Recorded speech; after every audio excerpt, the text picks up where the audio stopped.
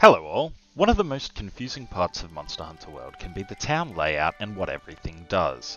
I've started this video from where you start after coming back from a quest for reference. So, first we have the quest board, where you can post a new quest or investigation. There's a few of these in town and they all have the same quest, so it doesn't matter which one you use. Next to the board, we always have an item box. I'd recommend setting up an item loadout and loading it each time you come back into town, which automatically deposits all the other stuff you picked up from the previous quest. Just across the path, we have the provisions stockpile, which is essentially a shop. To be honest, you probably won't use this much, but it does have trap tools and barrel bombs, which you don't get from quests. Across from there, we have the resource center. This is where you can manage bounties, which act as optional objectives that provide small rewards upon completion. Make sure that you always have a full stack of registered bounties, as you never know what you'll complete, and it's always beneficial. You can also overwrite them at any time. I'd recommend taking ones that can be completed regardless of quest locations, such as field research or ecology survey missions. The next tab is the critical bounties tab, and these are story related, and you'll need to complete these from time to time relating to the story. And finally, we have limited bounties. These are replaced week after week and provide good rewards if you can complete them in the time frame provided. Critical and limited bounties don't need to be registered and are active automatically, so you don't need to worry about making progress on these. Going to the side of the quest board and up the stairs is the ecological research station, which tracks research progress on monsters you find in the field. When you examine monster tracks, you will get to the point where the game will say that the research progress has leveled up, and you will need to return to this location and speak to that station to register that progress.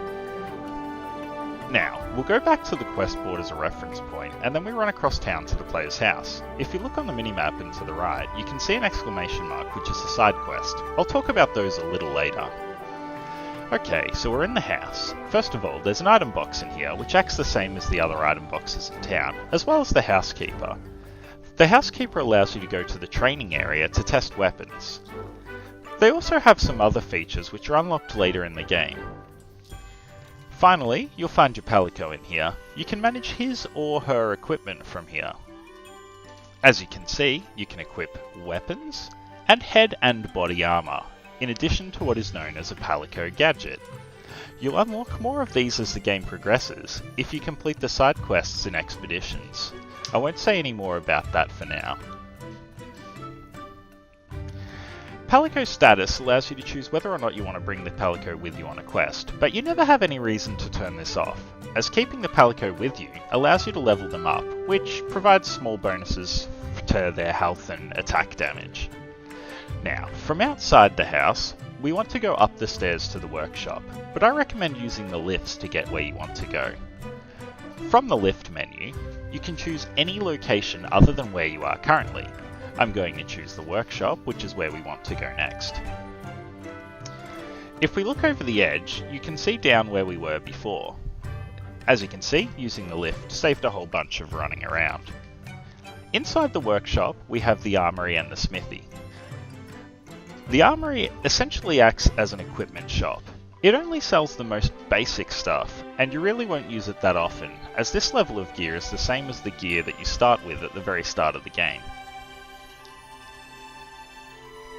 As you can see, there's not much on offer, and I already have some of the gear equipped. Leaving the armory, we have the smithy. The smithy allows you to upgrade weapons and armor that you already own, as well as forge new equipment. Completing upgrades costs money and other crafting components, and it really allows you to make yourself a lot stronger. As you can see here, we're upgrading the weapon to a Juggerus blade, which requires great Juggerus components, as well as 1000 Zenny. You can also upgrade your armor here, which requires different components called armor spheres, which you get from completing bounties and quests. From here, just leaving the smithy, we'll run across the bridge. This will get us to the canteen. Just at the top of the stairs, you can see there's also a lift that leads here. The canteen allows you to eat a meal, which will provide a bonus boost to your character for the next mission or until you get knocked out in combat.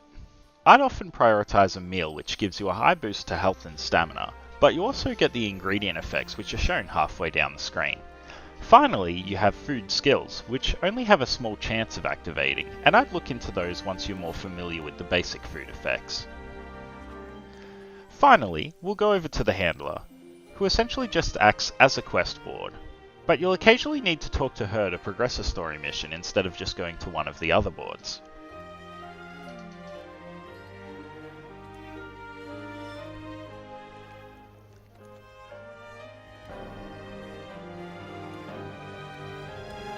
That's everything for the town.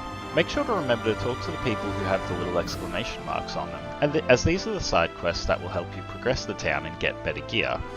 Until next time, I'm out. If there's something that I didn't cover well, or something else that you want me to cover, please let me know in the comments, and I'll see what I can do.